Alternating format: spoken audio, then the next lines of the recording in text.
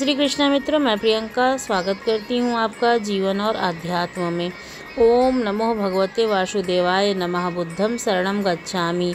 ओम बुद्धाय नमः। आप सभी भक्तों को बैसाख पूर्णिमा बुद्धि पूर्णिमा की हार्दिक शुभकामनाएं। हमारे हिंदू पुराण में बहुत ही पवित्र और पुण्यदायी पूर्णिमा ये मानी जाती है। भविष्य पुराण में वर्णन है कि इस दिन सूर्योदय से पहले नदियों और पवित्र सरोवर में स्नान करने वाले व्यक्ति जाने अनजाने में किए गए अपने पापों से मुक्त होकर धन्य धान्य से तृप्त हो जाते हैं और उनके आशीर्वाद से परिवार में खुशहाली बनी रहती है। साथ ही एक दिन व्रत की कथा भी पढ़नी और सुननी चाहिए। जो लोग किसी कारणवश से उपवास नहीं रख पाते हैं, वे भी अगर आज के दिन सच्चे मन से कथा को सुनते व पढ़ते हैं तो उन्हें भी व्रत के बराबर ही पूर्ण फल की प्राप्ति होती है।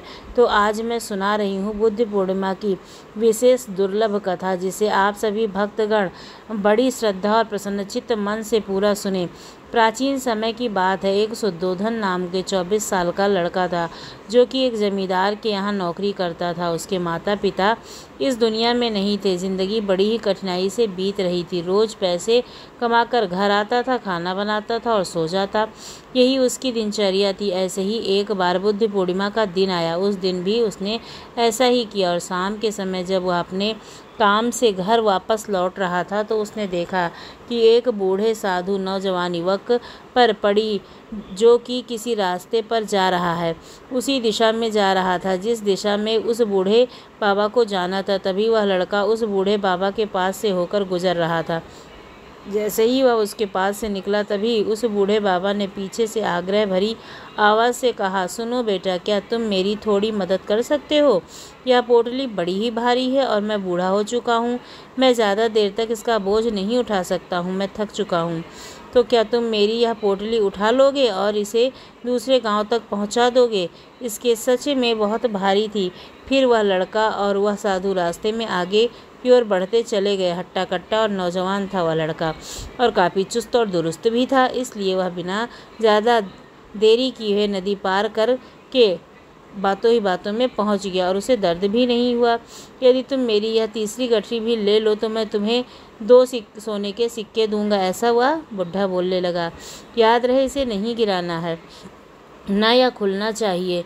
बात सुनकर लड़का उस साधु से कहता है, क्यों बाबा, आखिर इस गठरी में क्या है? इस पर वह साधु उस लड़के से कहता है, बेटा, इसमें सोने के सिक्के हैं। यह सुनकर वह लड़का मन ही मन बड़ा ही प्रसन्न हुआ।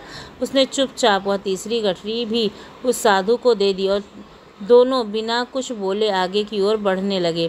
अब साधु बिना कोई वजन लिए आराम से पहाड़ी की चढ़ाई चढ़ रहा था, लेकिन वह नौजवान लड़का जो पीछे था वजन के कारण बहुत धीरे धीरे चल पा रहा था। लेकिन जब से उसने सोने के सिक्के का नाम सुना था, उसका मन तो उछाले मार रहा था। मन ही मन सोच रहा था, अगर वह सारे सिक्के मुझे मिल जाएं तो मेरा जीवन तो बड़ी ही आसानी से कट जाएगा। वैसे तो यह बूढ़े बाबा तो बूढ़े हो चुके हैं, भला इन्हें इतने सारे धन की क्या आवश्यकता है? इतना जीवन तो वैसे ही कट चुका है। मैं एक काम करता हूँ, यह सारा धन ले करके यहाँ से भाग जाता हूँ। अब लड़के के मन में अनगिनत विचार चलने लगे। लड़के का मन अब उसकी बुद्धि पर पूरी तरह से हावी हो चुका था। उस लड़के का मन अपनी बात को सही साबित करने के लिए उसे कोई तर्क दे रहा था, और तभी उसके मन में एक और विचार उठा। और अब की बार वह लड़का यह सोच रहा था कि लगता है यह साधु बाबा कोई चोर हैं, नहीं तो इनके पास इतने सारे सोने के सिक्के कहाँ से आ गए? अगर यह कोई व्यापारी होते तो यह इस तरह से पैदल यात्रा क्यों कर रहे होते? अगर इनके पास इतना सारा धन होता तो यह कोई न कोई साधन अवश्य लेकर आते। यह कोई चोरी, और चोरी का धन लेने से भला किसी की बुराई होती है? यह सोचता हुआ वह लड़का आगे तेजी से ऊपर की ओर चढ़ रहा था। देखते ही देखते वह साधु ने आगे निकल गया। यह सोच रहा था कि जैसे ही इस पहाड़ी की चढ़ाई खत्म होगी, ढलान आएगी, मैं इन तीनों पोटलियों को लेकर भाग जाऊंगा, जिसके बाद वह सारा धन मेरा हो जाएगा और मेरी गरीबी भी हमेशा के लिए समाप्त हो जाएगी। मेरे पास बहुत सारा धन हो जाएगा, फिर मैं जो चाहूँगा वो करूँगा। यह सब सोचते सोचते वह पहाड़ी की चोटी पर पहुँच गया और अब ढलान का रास्ता शुरू होने वाला था।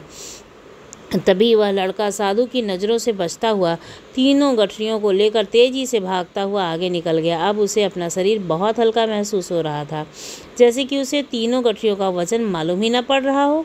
काफ़ी देर तक दौड़ते दौड़ते लोगों की नज़रों से बचते बचाते वह सुनसान रास्ते में होता है किसी तरह अपने घर पहुंचा और उसी खुशी का उसे कोई ठिकाना नहीं था। उसने सोचा, क्यों न मैं जल्दी जल्दी इन सभी पोटलियों के सारे सिक्के निकाल कर कहीं छिपा दूं।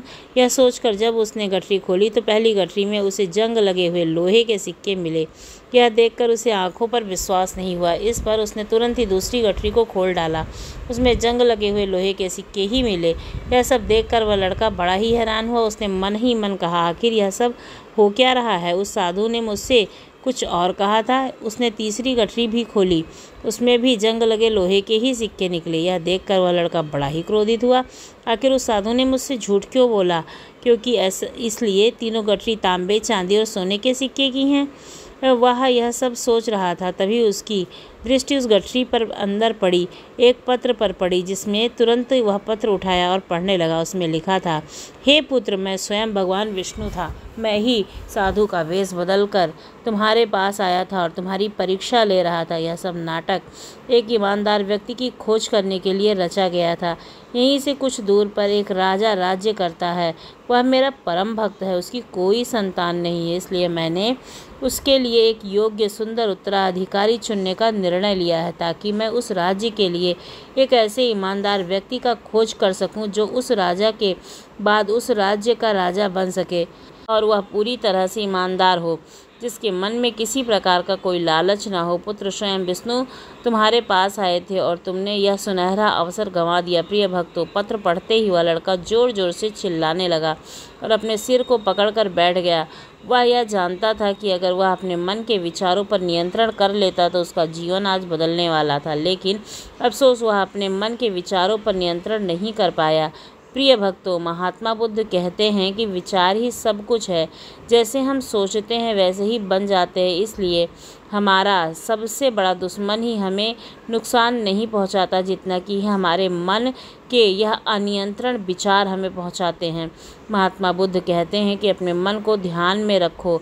हमारे मन में जो विचार चलते हैं वही विचार शब्द हैं और विचार ही कर्म के रूप में प्रकट होते हैं।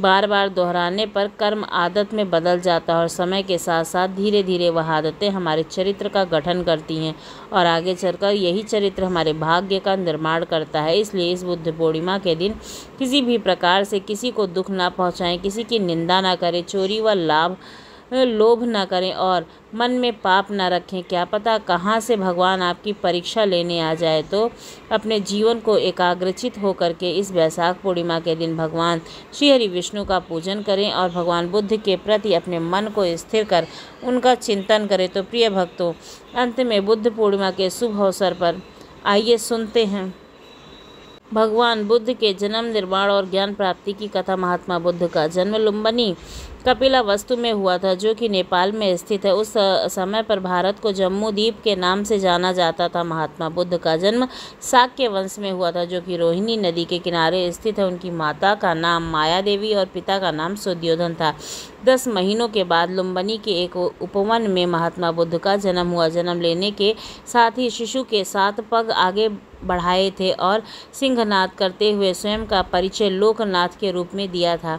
जब नन्हे बालक गौतम बुद्ध का जन्म हुआ तो उन्हें नन्हे बालक का भविष्य जानने के उद्देश्य से कुछ साधुओं और विद्वानों को बुलाया गया। उन्होंने कहा कि यह कोई बालक चक्रवर्ती सम्राट होगा और मनुष्य कल्याण के लिए जन्म लिया है इसने। इसलिए अतिरिक्त इन्होंने कहा कि वह स्वयं भगवान विष्णु इस पृथ्वी पर इस नन्हे बालक के रूप में अवतरित हुए हैं और यह गरीबों, दुखियों और असहायों के कष्टों को मुक्ति दिलाएंगे। विद्वानों और ब्राह्मणों ने बालक का नाम सिद्धार्थ रखा, जिसका अर्थ है वह बालक जिसका नाम सिद्ध प्राप्त करने के लिए हुआ हो। बचपन से ही सिद्धार्थ को बौद्धिक और आध्यात्मिक विषयों में बड़ी ही रुचि थी। गुरु श्री विश्वामित्र ने उनको वेदों, उपनिषदों की शिक्षा प्रदान की। उन्होंने राजसभा की बैठकों में शामिल होकर शासन कला की शिक्षा ग्रहण की। गौतम बुद्ध सिद्धार्थ की बाकी बच्चों की तरह चंचल नहीं थे। वे बाकियों की तरह शरारत नहीं करते थे। वे वृक्ष के नीचे बैठकर संसार की चिंता किया करते थे। उनके पिता सुद्योधन को सदैव ही सिद्धार्थ के गृहस्थ जीवन को त्याग देने की बात सताती रहती थी। सिद्धार्थ गृहस्थ जीवन ना त्यागे, इसके लिए पिता ने महल में तमाम सुख सुविधाएं उपलब्ध कराई, जिससे उनका इन सब सुखों को छोड़ने का मन ना करे। 16 वर्षीय सिद्धार्थ का विवाह राजकुमारी यशोधरा के साथ हुआ।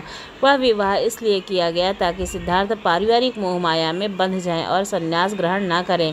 परंतु सिद्धार्थ ने कभी भोग विलास की चीज़ों को अपने ऊपर हावी ही नहीं होने दिया। सिद्धार्थ अपनी पत्नी से ढेर सारी ज्ञान की बातें किया करते थे। उनका कहना था कि पूरे संसार में केवल स्त्री ही पुरुष की आत्मा को बांध सकती है। इसी बीच यशोधरा के पुत्र राहुल को जन्म दिया। सिद्धार्थ महल में रहकर भी वह बाहरी संसार के बारे में चिंतित रहने के कारण भोग विलास की चीज़ों का आनंद नहीं उठा पाते थे। उन्हें ये सब फीका लगता था तथा पारिवारिक मोह माया को कभी अपने लक्ष्य प्राप्ति के मध्य नहीं आने दिया। कभी कभार सिद्धार्थ महल के बाहर घूमने के लिए निकले ताकि वह दुनिया को देख सके। एक बार उन्होंने रास्ते में चलते समय एक वृद्ध कमजोर व्यक्ति को देखा जो झुककर चल रहा था। उनकी आंखें धंसी रह गईं।